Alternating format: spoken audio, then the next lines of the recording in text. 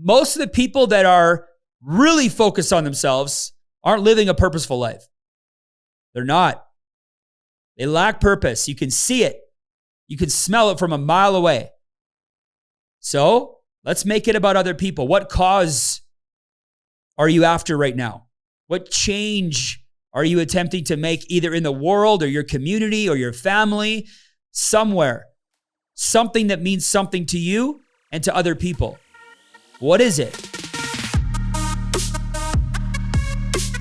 What's up, everybody? Welcome back to Momentum Monday. My name is Steve Holbrook, and I am fired up to be here today. Super fired up. Our topic today, I had so much fun putting it together.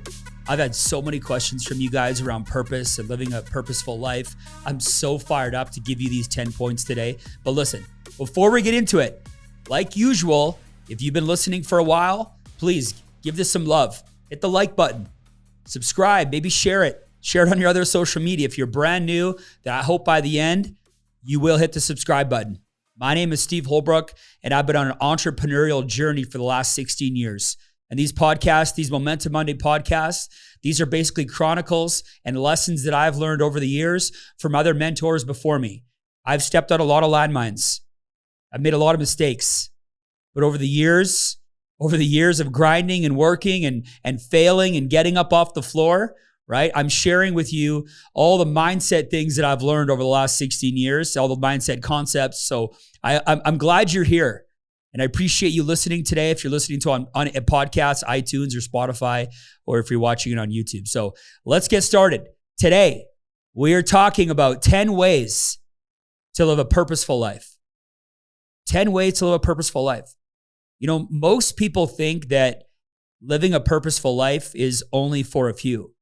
It's only for the elite. I have to win a Super Bowl or a Stanley Cup, or I have to do something extraordinary in my life, like win a Nobel Peace Prize in order to have a purposeful life. That's not true. That couldn't be further from the truth. In my opinion, a purposeful life is lived when that big goal that you're chasing is 100% aligned with your values, your passions, and most importantly, it makes you happy. Now, you might be listening to this or watching this right now going, man, how do I find that? I didn't even know that existed. What exists? You got to work at it. You got to search for it. But today I want to talk about 10 keys, 10 ways to live a more purposeful life.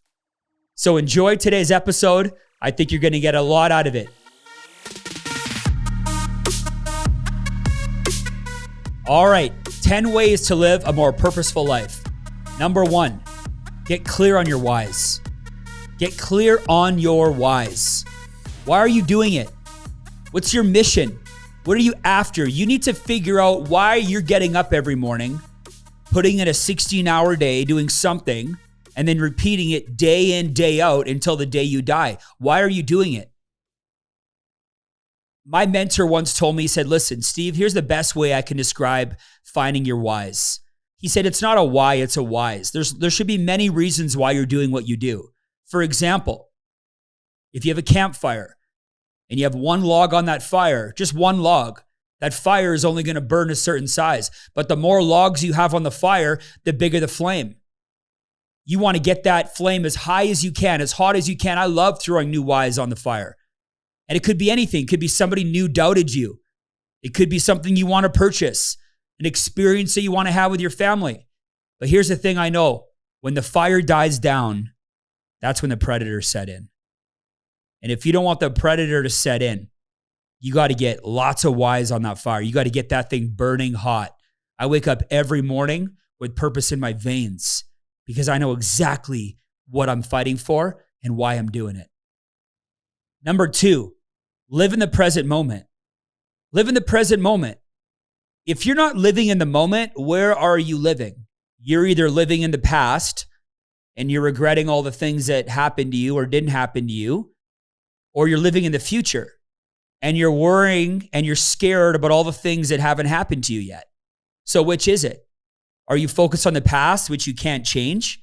Are you focused on the future, which is crippling you with fear? Where are you? Or are you living presently? Yeah, there's a lot of stuff in the future that starts to freak me out too when I start to think about the unknown. But that's where all our fear exists. It's in the future. So if you can live presently, live in the moment, it doesn't mean you don't set goals. It doesn't mean you don't know where you're headed. I'm talking about living presently, in the moment. It's powerful, but it's a key to living a more purposeful life. Number 3, align your calendar with your purpose. Align your calendar with your purpose. What do you mean by that, Steve? What do I mean by that? I mean that if you show me your calendar, I'll tell you what's important to you. You might say this is important over here and this is important over here. You show me your calendar and I'll tell you your purpose. Because your calendar tells a story. Tony Robbins says, look, take everything out of your calendar. Everything out of your calendar. This is a great exercise. Take everything out of your calendar. And then make a list of all the things that are super important to you. And start putting those things back in your calendar one by one. You know what you realize? A, you got way more time on your hands than you thought. But B, you're spending time in a lot of the wrong areas. Is what you're doing right now in line with your purpose? Is what you're doing Friday night in line with your purpose? Is where you're spending the majority of your time and your life aligned with your purpose? Because if it's not, it's time to take a serious look at your calendar. Because rule 1, everything goes in your calendar. And rule 2 is you do everything in your calendar. So your calendar needs to be aligned with your purpose. Go ahead and take a look at your calendar sometime today. If you're driving, please don't do it now. Go take a look at your calendar. Do the exercise. How many hours of your week is spent in line with your purpose? And hit me up on social media. Send me a DM. I'd love to know the number. Number 4, make change today, not tomorrow. Make change today, not tomorrow. Everybody's focused on changing tomorrow. Everybody loves to set New Year's resolutions, and next year's going to be different, and next month's going to be different, and tomorrow's going to be different. And guess what? Nothing changes. The key is to make change now. We are creatures of procrastination. Procrastination is killing us. Why do we keep putting things off till tomorrow? We're going to get around to it. We're going to get around to it. Most people never get around to it. And if you want to be different, if you want to be going on a different path than most people, man, you got to make change today, not tomorrow.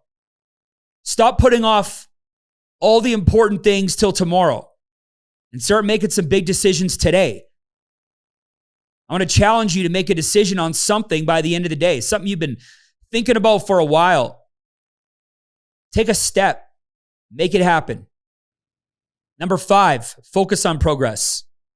Focus on progress. Progress is happiness. You're not going to win the trophy overnight. The person that you are today is not the person that you need to be to accomplish all your goals and dreams. So you're going to have to grow. But focus on progress. Focus on the little wins. Set yourself up to freaking win.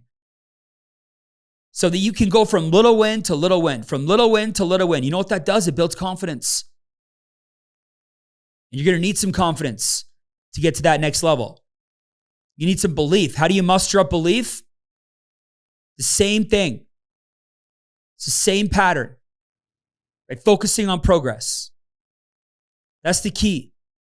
Progress, brick by brick, step by step, right? Inch by inch. At the end of each day, even if you have to crawl on your hands and knees just to get over the finish line, you got to do to get progress. Number 6, focus on the service of others. Man, you want to live a purposeful life, more purposeful life? Focus on the service of others. It can't just be about you all the time. It can't just be about me anymore. It's got to be about other people. It's got to be about a higher cause. There has to be something beyond ourselves that we're fighting for, that we're trying to impact change on. And those of us that are so focused on ourself and ourself and ourself, most of the people that are really focused on themselves aren't living a purposeful life. They're not. They lack purpose. You can see it. You can smell it from a mile away. So let's make it about other people. What cause are you after right now? What change are you attempting to make either in the world or your community or your family, somewhere? Something that means something to you and to other people. What is it? I want you to figure that out too. Number 7, protect your passion. Protect your passion. Guys, there's dream stealers all around you. Everywhere you look, there's dream stealers. People that are trying to steal your goals and dreams. People that are telling you that you're not good enough. Or they're passive aggressive with you because of the new business that you've started. You got to get around people that believe in you. And you have to run away from the people that don't. You don't need more people in your life that doubt you.